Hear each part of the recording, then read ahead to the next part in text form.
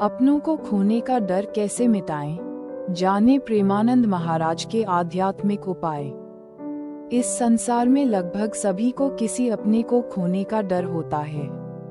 अपनों को खोने का डर हमारी जिंदगी में तब होता है जब हम किसी चीज को जरूरत से ज्यादा अपना मान बैठे हैं और उसके बिना जीवन अधूरा लगने लगता है।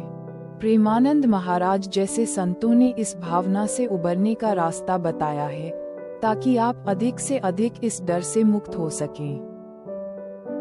प्रेमानंद महाराज का मानना है कि अपनों को खोने का डर संसारिक मोह का परिणाम है और इसका समाधान भक्ति और वैराग्य के माध्यम से किया जा सकता है। महाराज जी सलाह देते हैं कि भविष्य की चिंता को राधे को सौंप देना चाहिए, क्योंकि जो होना है वो श्री जी की इच्छा से होगा।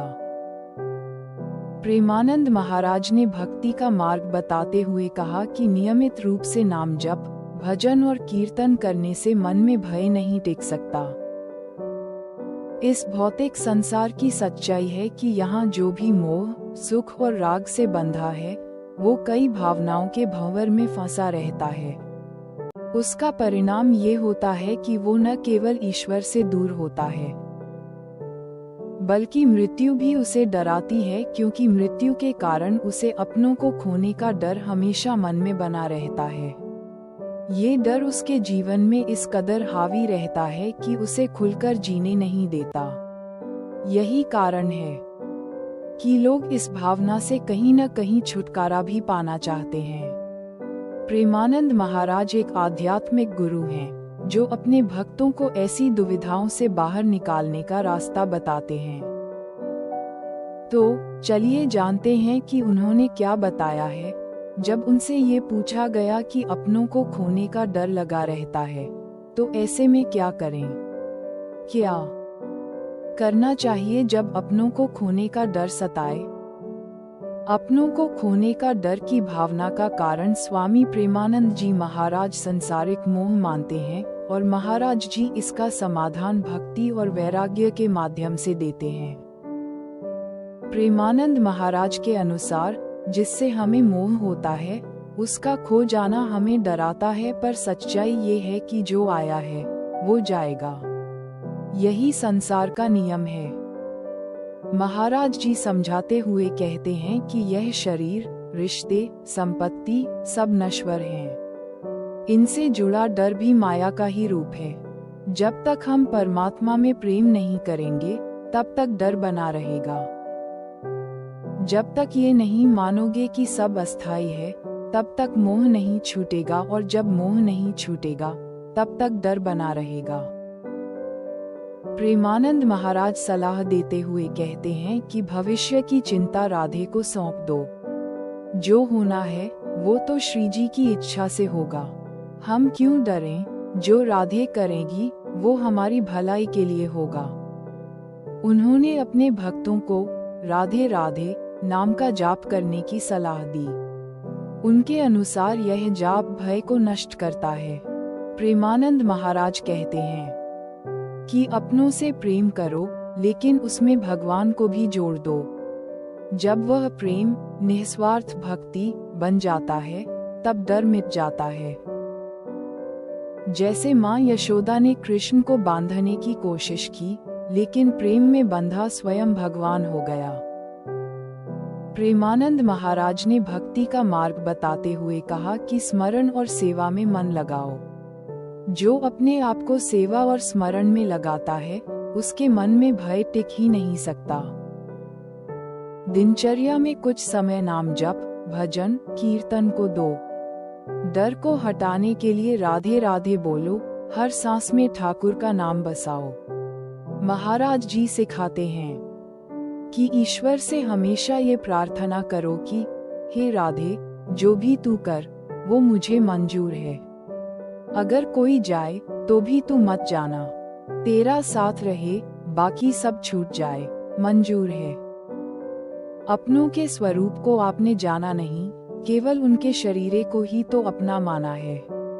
आप अपने परिवार को कुछ सालों से ही जानते हैं। ये पहले किसी का नहीं था और कुछ समय बाद भी ये किसी का नहीं रहेगा। बीच में कुछ समय के लिए बस ये आपका है। अब चाहिए तो आप इससे भगवान को गाली दें या उनकी जय जयकार करें। आपका शरीर एक सरकारी ऑफिस की तरह है जिसमें आप अभी कार्यरत हैं। जैसे ही आपका ट्रांसफर होगा तो आपको ये शरीर रूपी ऑफिस छोड़नी पड़ेगी और साथ ही साथ इस ऑफिस को भी नष्ट कर दिया जाएगा। इसमें परेशान क्या होना है, ये शरीर तो जाना ही है। महाराज जी ने क्यों छोड़ा छोटी उम्र में अपना घर? यही बात मेरे मन में भी आई थी। तब मैं 5वीं कक्षा में पढ़ता था। मुझे लगा कि किसी ना किसी दिन मेरी माँ और पिताजी मर जाएंगे। कोई भी यहाँ टिकाऊ नहीं है, सब मरने वाले हैं। मुझे लगा कि मैं किससे अपनापन करूं? हर कोई नष्ट होने वाला है। कोई भी कभी भी मर सकता है। कोई तो ऐसा होना चाहिए जिससे मैं प्यार करूं और वह सदैव मेरे पास रहे। तब समझ आया कि एकमात्र भगवान के सिवा और कोई ऐसा नहीं। 13 वर्ष की उम्र में मैंने घर छोड़ दिया और भाग पड़ा भगवान की तरफ। कौन है आपका अपना? अगर आपको ये बात चुभ रही है कि यहाँ कोई अपना नहीं, सबसे वियोग होगा ही, तो जान लीजिए कि सबके अपने हैं श्यामा श्याम। पकड़ के देख लीजिए, कभी अनंत काल में भी उनसे आपका वियोग नहीं होगा, क्योंकि वो अविनाशी हैं और आप भी अविनाशी हैं।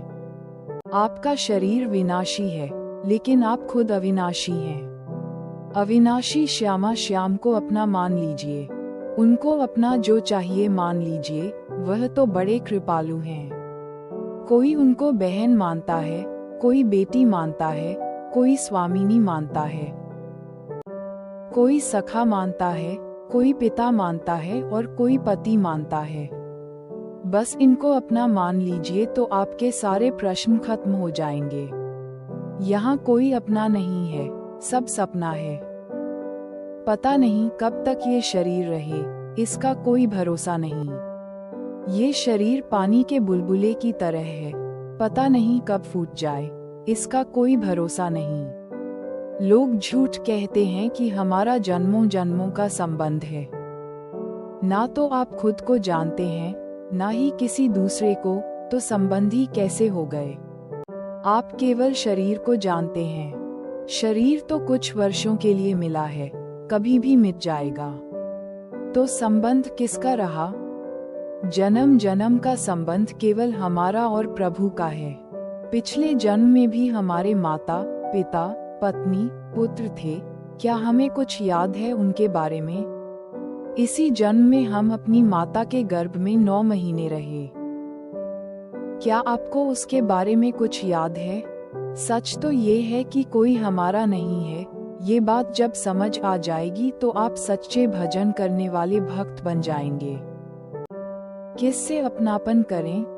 आपके सच्चे दोस्त केवल श्री कृष्ण हैं। दोस्ती करके देखिए, ये ऐसा प्यार करने वाले दोस्त हैं जो अनादि काल से अनंत काल तक आपके साथ रहेंगे और आपकी गलतियों पर भी वो कभी नजर नहीं डालेंगे। आगे बढ़िए भगवत मार्ग में, तभी यह बात समझ में आएगी। यहाँ जो कुछ भी है, सब बिछुड़ने वाला है, कुछ आपके साथ नहीं जाएगा। अपने खुद के शरीर को ही देख लीजिए। एक समय था जब हम अपने को बच्चे थे, फिर जवान हुए और फिर बुढ़ापा आएगा। ये शरीर भी हमारा नहीं हो रहा। एक समय आएगा जब ये छूट जाएगा। जब ये शरीर ही हमारा नहीं हो रहा, तो और कोई कैसे अपना हो सकता है?